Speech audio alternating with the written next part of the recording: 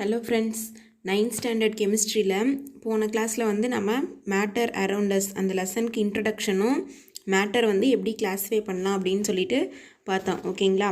இந்த கிளாஸில் எலமெண்ட்ஸ் அப்படின்னா என்னன்னு சொல்லி டீட்டெயிலாக பார்க்கலாம். ஓகேங்களா? Elements. Most of you may be interested in music and some of you may know how it is composed. Music is the combination of a few basic musical notes, that is sa, re, ga, etc. Thus the building blocks of music are the musical notes. So என்ன சொல்லியிருக்காங்கன்னா, நமக்கு நிறையா பேர்த்துக்கு வந்துட்டு music அப்படின்னா நிறைய interest வந்து இருக்கும் இல்லைங்களா? ஸோ ஒரு சிலர் நம்ம என்ன நினைப்போம், இந்த மியூசிக் வந்து எப்படி வந்து கம்போஸ் பண்ணியிருப்பாங்க அப்படின்னு சொல்லி ஒரு சிலர் திங்க் பண்ணுவோம். ஸோ மியூசிக் அப்படின்னா என்ன அப்படின்னு பார்த்தீங்கன்னா, ஒரு சில பேசிக் மியூசிக்கல் நோட்ஸ், அதாவது சா, ரி, க, ம அந்த மாதிரி இருக்கு இல்லையா, இதெல்லாம் கம்பைன் பண்ணி தான் நமக்கு வந்து ஒரு மியூசிக் வந்துட்டு ஃபார்ம் ஆகுது. ஓகேவா? ஸோ அப்போ இது என்னன்னு சொல்லுவோம், பில்டிங் பிளாக்ஸ் அப்படின்னு சொல்லி சொல்லுவோம். இதுதான் வந்து நமக்கு பேசிக். அந்த சா, ரி, க அப்படிங்கிறது தான் பேசிக் இல்லையா? ஸோ அப்போ அந்த பேசிக் தான் வந்து நம்ம பில்டிங் பிளாக் அப்படின்னு சொல்லி சொல்கிறோம். ஓகேங்களா? ஸோ கீழே கொடுத்துருக்காங்க பாருங்கள், சா, ரி, க, ம, ப இதெல்லாம் தான் வந்து பில்டிங் பிளாக்ஸ் ஆஃப் மியூசிக் அப்படின்னு சொல்லி சொல்கிறோம். Likewise, all substances on the earth are made up of certain simple substance called elements. So அதே மாதிரி எர்த்தில் இருக்கிற எல்லா சப்ஸ்டன்ஸும் ஒரு சின்ன சிம்பிள் சப்ஸ்டன்ஸ்னால மேட் ஆயிருக்கும். அந்த சிம்பிள் சப்ஸ்டன்ஸ்க்கு பேர் தான் நம்ம எலமெண்ட்ஸ் அப்படின்னு சொல்லி சொல்கிறோம். ஓகேவா? Plants, cats, apples, rocks, cars and even our bodies contain elements. So plant எடுத்துக்கிட்டோனாலும் சரி, கேட்டு, ஆப்பிள், ராக்ஸ், கார்ஸ் இது எல்லாமே வந்து ஒரு ஒரு எலமெண்ட்னால தான் வந்து மேட் ஆயிருக்கு அப்படின்னு சொல்லி சொல்கிறாங்க. Thus elements are the building blocks of all materials.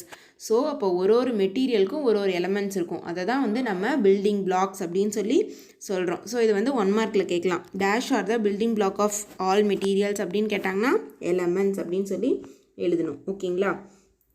So next, in the modern periodic table there are 118 elements known to us, 92 of which are naturally occurring while the remaining 26 have been artificially created. So நமக்கு வந்து periodic table அப்படின்னு என்னன்னு சொல்லி நம்ம முன்னாடியே பார்த்துருப்போம். அதாவது 8th நம்ம வந்து பீரியாடிக் டேபிள் அப்படின்னா சொல்லிட்டு என்னன்னு சொல்லி பார்த்துருப்போம். அதில் வந்து டோட்டலாக 118 எலமெண்ட்ஸ் வந்து இருக்குது. ஓகேவா? அந்த 118 எலமெண்ட்ஸில் 92 எலமெண்ட்ஸ் வந்து நேச்சுரலாக வந்து இருக்கிறது. மீதி 26 வந்து ஆர்டிஃபிஷியலாக க்ரியேட் பண்ணியிருக்கிறது. ஓகேவா? But from these 118 elements crores of compounds are formed, some naturally occurring and some artificially occurring. So இந்த பீரியாடிக் டேபிளில் 118 எலமெண்ட்ஸ் இருக்குது அப்படின்னு சொல்லி பார்த்தோமா, இந்த 118 எலமெண்ட்ஸை பேசிக்காக வச்சு தான் நிறைய காம்பவுண்ட்ஸ் வந்து ஃபார்ம் ஆகிருக்கு அப்படின்னு சொல்லி சொல்கிறாங்க. ஓகேவா? அது வந்து நேச்சுரலாகவும் இருக்கலாம், ஆர்டிஃபிஷியலாகவும் இருக்கலாம் அப்படின்னு சொல்லி சொல்லியிருக்காங்க. ஓகேங்களா? So building blocks of all materials என்ன, எலமெண்ட்ஸ் அப்படின்னு பார்த்தோமா, அந்த என்னென்ன எலமெண்ட்ஸ் இருக்குது அப்படின்னா ஹைட்ரஜன், ஹீலியம், லித்தியம் அந்த மாதிரி 118 எலமெண்ட்ஸ் வந்து இருக்குது. ஓகேங்களா?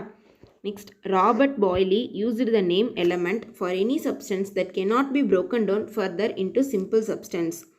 ராபர்ட் பாய்லி அப்படின்றவர் தான் எந்த ஒரு சப்ஸ்டன்ஸை ஃபர்தராக நம்மளால் பிரேக் பண்ண முடியாதோ அதெல்லாம் எலமெண்ட் அப்படின்னு சொல்லி அவர் தான் வந்து நேம் பண்ணியிருக்காரு. ஓகேங்களா? This definition can be extended to include the fact that each element is made up of only one kind of atom. So இதுலேருந்து நமக்கு என்ன தெரியுது, ஒரு எலமெண்ட் அப்படின்னா அது வந்து ஒரே ஒரு டைப் ஆஃப் ஆட்டம்னால தான் வந்து மேட் ஆயிருக்கு அப்படின்னு சொல்லி சொல்கிறாங்க. ஃபார் எக்ஸாம்பிள், இப்போ நம்ம ஹைட்ரஜன் அப்படின்னு சொல்லி எடுத்துக்கிட்டோம் அப்படின்னா அதில் வெறும் ஹைட்ரஜன் ஆட்டம் மட்டும்தான் இருக்கும்.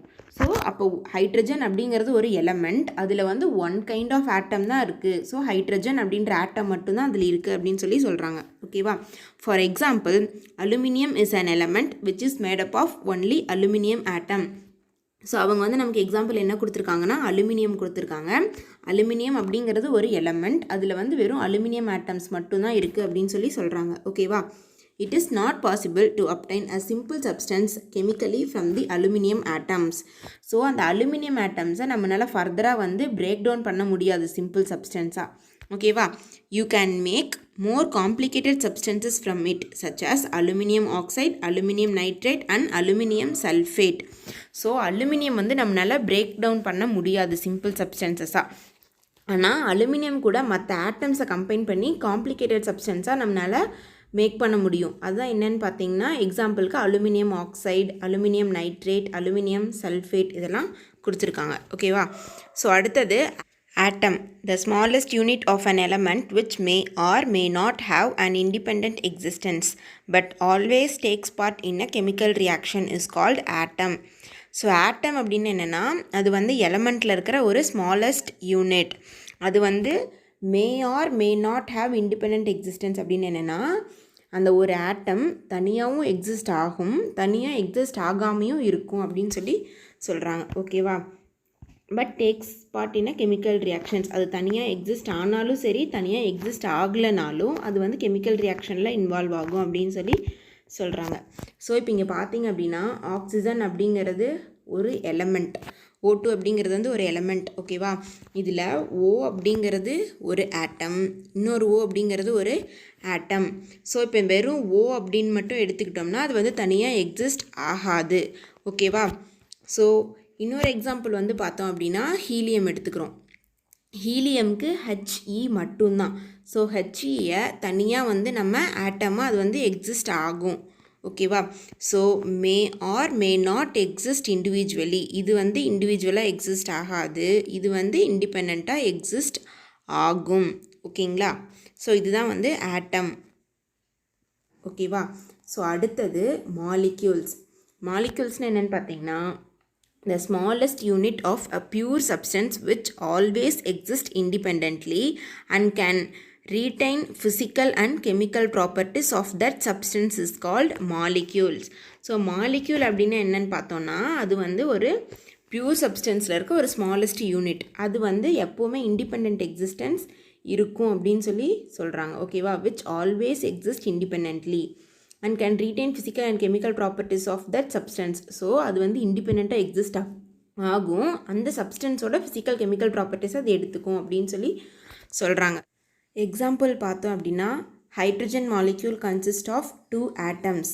ஸோ H2 அப்படிங்கிறது ஹைட்ரஜன் மாலிக்யூல், அதில் வந்துட்டு 2 ஆட்டம்ஸ் இருக்குது. ஓகேவா? ஸோ இப்போ இங்கே பார்த்தோன்னா H2 அப்படிங்கிறது ஹைட்ரஜன் மாலிக்யூல்ஸ், இதில் 2 H வந்துட்டு இருக்கா, அந்த ரெண்டும் வந்து 2 ஹைட்ரஜன் ஆட்டம் அப்படின்னு சொல்லி சொல்கிறாங்க.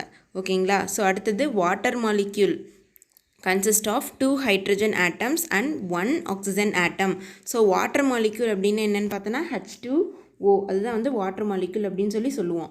ஸோ அதில் 2 ஹைட்ரஜன் ஆட்டம், ஒரு ஆக்சிஜன் ஆட்டம் வந்து இருக்குது. ஓகேங்களா? ஸோ இங்கே பாருங்கள், மாலிக்யூல் அப்படின்னு என்னென்னா 2 or more atoms combined together by chemical bond.